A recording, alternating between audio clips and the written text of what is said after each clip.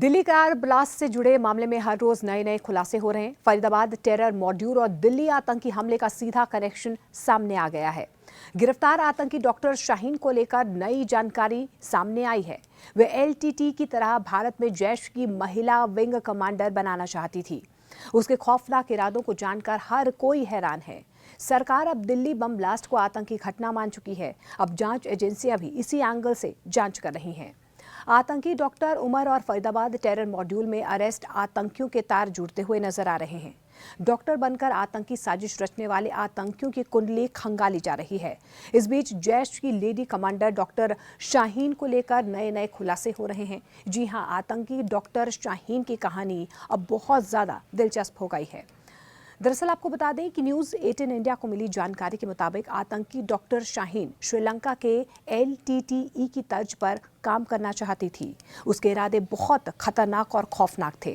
वे भारत में मौजूद मुस्लिम लड़कियों को जिहादी बनाना चाहती थी। वे गरीब लड़कियों को शिकार बनाना चाहती थी और उनके नाम पर टेरर फंडिंग लेना चाहती थी। उसे आतंकी संगठन जैश ए मोहम्मद से फंडिंग भी मिल रही थी। दरअसल जांच एजेंसियों के मुताबिक अब तक की जांच में ये साफ हो पाया है कि सीधे तौर पर जो फरीदाबाद मॉड्यूल है, या यूँ कहें जो इस पूरे मामले को लेकर एक के बाद एक तार जुड़ते हुए नज़र आ रहे हैं, सीधे तौर पर इसकी कनेक्शन जो है पाकिस्तान से जुड़ता हुआ नज़र आ रहा है, क्योंकि यही कहा जा रहा है कि पाकिस्तान से सीधे तौर पर डॉक्टर शाहीन को फंडिंग की जा रही थी। ये सूत्र दावा कर रहे हैं। अब आपको बता दें, जांच एजेंसियों की तरफ से जिस तरीके से इस पूरे मामले को लेकर लगातार खुलासे हो रहे हैं, अब तक की जांच में 5 ऐसे खुलासे हुए हैं जिन्हें जानकर डॉक्टर्स के टेरर मॉड्यूल का खतरनाक इरादा सामने आ चुका है। दरअसल आपको बता दें कि आतंकी डॉक्टर शाहीन को लेकर 5 चौंकाने वाले खुलासे हुए हैं। पहला कि डॉक्टर शाहीन श्रीलंका के आतंकी संगठन एलटीटीई की तर्ज पर जैश ए मोहम्मद की महिला विंग खड़ी करने की योजना में लगी हुई थी। वे एलटीटी से संबंधित लेख को भी पढ़ चुकी थी, यानी कि पूरी रिसर्च उसकी तरफ से की गई थी। जांच एजेंसी डॉक्टर शाहीन को बहुत हार्डकोर रेडिकलाइज नाम करके आगे बढ़ रही है, ताकि उसके असल इरादे का पता चल सके। डॉक्टर शाहीन दिखावे के लिए दवाखाना भी खोलना चाहती थी। उसकी मुस्लिम लड़कियों को जिहाद की ओर ढकेलने की बहुत बड़ी प्लानिंग थी और इसके लिए वह रिक्रूट सेंटर के लिए तहखाना बनाना चाहती थी। वे गरीब लड़कियों के नाम पर टेरर फंडिंग ले रही थी और भारत में आतंकी ट्रेनिंग के लिए डॉक्टर शाहीन सीक्रेट जगह भी ढूंढ रही थी। खबर ये भी मिल पा रही है कि उत्तर प्रदेश के सहारनपुर या हापुड़ में वो इस तरीके का एक कमांड सेंटर जो है वो बनाना भी चाह रही थी। रिक्रूट कमांड सेंटर के लिए आतंकी शाहीन उत्तर प्रदेश के सहारनपुर और हापुड़ में जगह की तलाश कर रही थी। पाकिस्तानी आतंकी संगठन जैश से डॉक्टर शाहीन को फंडिंग मिल रही थी। डॉक्टर शाहीन के भाई डॉक्टर परवेज जो अभी हिरासत में है, जांच एजेंसी फरीदाबाद दिल्ली उसे लेकर गई है। जांच एजेंसी उसके लखनऊ स्थित घर से बरामद इलेक्ट्रॉनिक गैजेट्स, मोबाइल फ़ोन और हार्ड डिस्क को खंगाल भी रही है। इसके अलावा उसके कांटेक्ट में रहने वाले लोग भी लगातार रडार पर हैं। डॉक्टर शाहीन के संपर्क में रहने वाले एक डॉक्टर से यूपीएटीएस पूछताछ भी कर रही है। यूपीएटीएस की तरफ से लगातार जो है इनकी कुंडली खंगाली जा रही है। डॉक्टर शाहीन ने जिन जिन लोगों से मुलाकात की है और लोकेशन पर जहां जहां वो गई थी, वो सभी यूपीएटीएस के रडार पर है।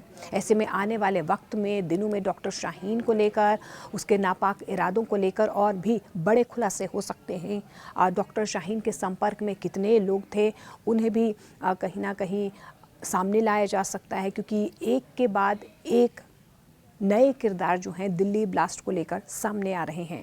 जम्मू कश्मीर से लेकर फरीदाबाद से लेकर देश भर के कई ऐसे इलाके हैं जहां पर छापेमारी की जा रही है। कई लोगों को डिटेन किया गया है।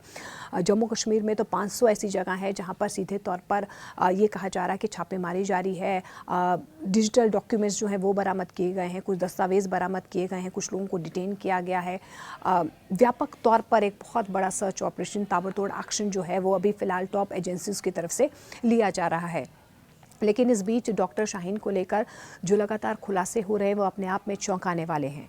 दरअसल डॉक्टर शाहीन को फरीदाबाद टेरर मॉड्यूल के भंडाफोड़ के तहत गिरफ्तार किया गया था। कहा यह भी जा रहा है कि डॉक्टर शाहीन दिल्ली ब्लास्ट के आरोपी आतंकी मुजम्मिल की कथित गर्लफ्रेंड है।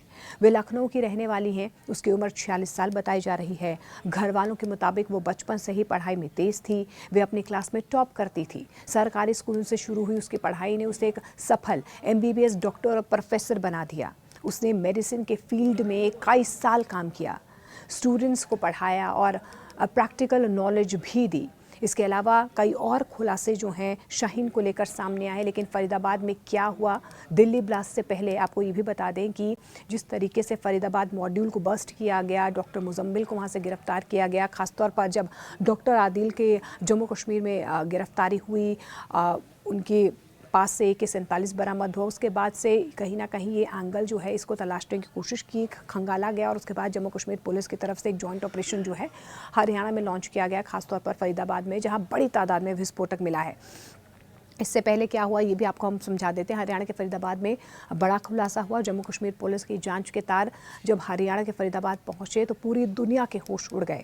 हरियाणा के फरीदाबाद स्थित अल फलाह यूनिवर्सिटी से 2900 किलोग्राम से ज़्यादा विस्फोटक और गोला बारूद बरामद किया गया। इसके साथ कई आतंकी डॉक्टर्स की गिरफ्तारियां भी हुई हैं, इनमें शाहीन भी शामिल है। इसके बाद उसी शाम को यानी कि सोमवार शाम लाल किला मेट्रो स्टेशन के पास कार में विस्फोट होता है। फरीदाबाद वाली रेड से बच निकले आतंकी डॉक्टर उमर ने ये धमाका किया। लाल किले वाले विस्फोट में 12 लोग मारे गए हैं, जिन्हें आतंकी उमर भी शामिल है। DNA सैंपल्स में ये भी पुष्टि हो गई है, जो I-20 कार चला रहा था वो आतंकी उमर ही था, उसी ने ही विस्फोट किया है। और जानकारी यही मिल पा रही है कि जैसे जैसे आतंकी उमर के दोस्त पकड़े जा रहे थे, कहीं ना कहीं खलबली और एक डर जो है डॉक्टर उमर में पैदा हो गया था, इसीलिए वो अपने रूट्स भी चेंज कर रहा था। जिस वक्त फरीदाबाद में रेड की गई उस वक्त एक नया रूट जो है अभी डॉक्टर उमर को लेकर सामने आया है, वो ये है कि वो फरीदाबाद से फिरोजपुर मेवात होते हुए फिरोजपुर झिरका गया, फिरोजपुर झिरका से वो दिल्ली मुंबई नेशनल हाईवे पर भी देखा गया है। उसके अलावा ये भी जानकारी मिल पा रही है कि उसी हाईवे में उसने अपनी ही गाड़ी में एक रात भी बिताई है, जिसके बाद वो बदरपुर बॉर्डर होते हुए दिल्ली में एंटर करता है। दिल्ली में एंटर करने के बाद वो सुनहरी मस्जिद, लाल किला की पार्किंग है उसके आसपास के एरिया, कनॉट प्लेस से मयूर विहार के बाद 3:19 पर जो सुनहरी मस्जिद की जो पार्किंग है, यानी कि जो लाल किले की जो पार्किंग है वहाँ पर उसने गाड़ी पार्क की। लगभग 3 घंटे उस पार्किंग में वो रहा है।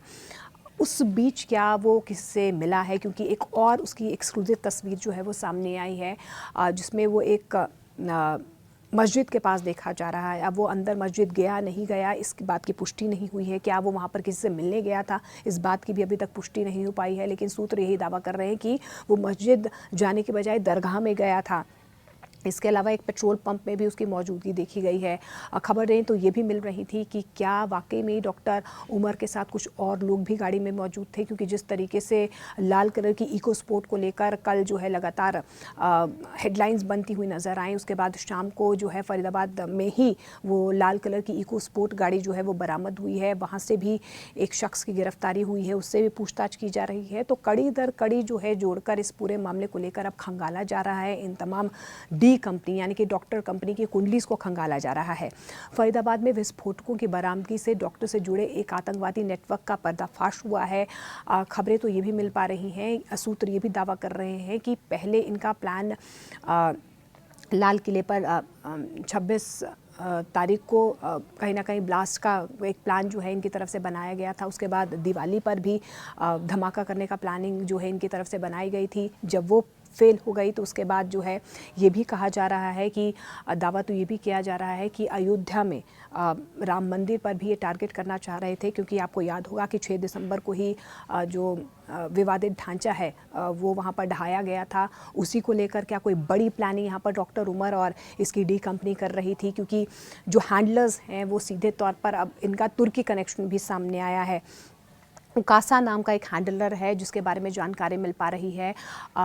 ओंकारा उसकी लोकेशन जो है तुर्की में, ओंकारा इसकी लोकेशन बताई जा रही है। हालांकि उकासा क्या कोई कोड नेम है या कोई कोड वर्ड है, इसके बारे में अभी तक पुष्टि नहीं हो पाई है। 2022 में डॉक्टर उमर, आदिल और कुछ ऐसे लोग हैं जिनकी ट्रैवल हिस्ट्री बताती है कि वो तो तुर्की गए थे, ओंकारा गए थे, वहाँ पर क्या इनका ब्रेन वॉश किया गया, वहाँ पर ही पूरी प्लानिंग तैयार की गई है। ये बहुत सारे सवाल हैं जिनके जवाब तलाशने की कोशिश की जा रही है। लेकिन जिस तरीके से कथित तौर पर जो हमलों की एक योजना बनाई जा रही थी उसे एक के बाद एक विफल किया गया और उसके बाद माना यही जा रहा है कि पैनिक में डॉक्टर उमर ने इस पूरे हमले को अंजाम दिया है। हालांकि अब सुरक्षा एजेंसियों के रडार पर ये तमाम डी कंपनीज आ चुकी हैं। देश भर में ताबड़तोड़ एक्शन देखा जा रहा है।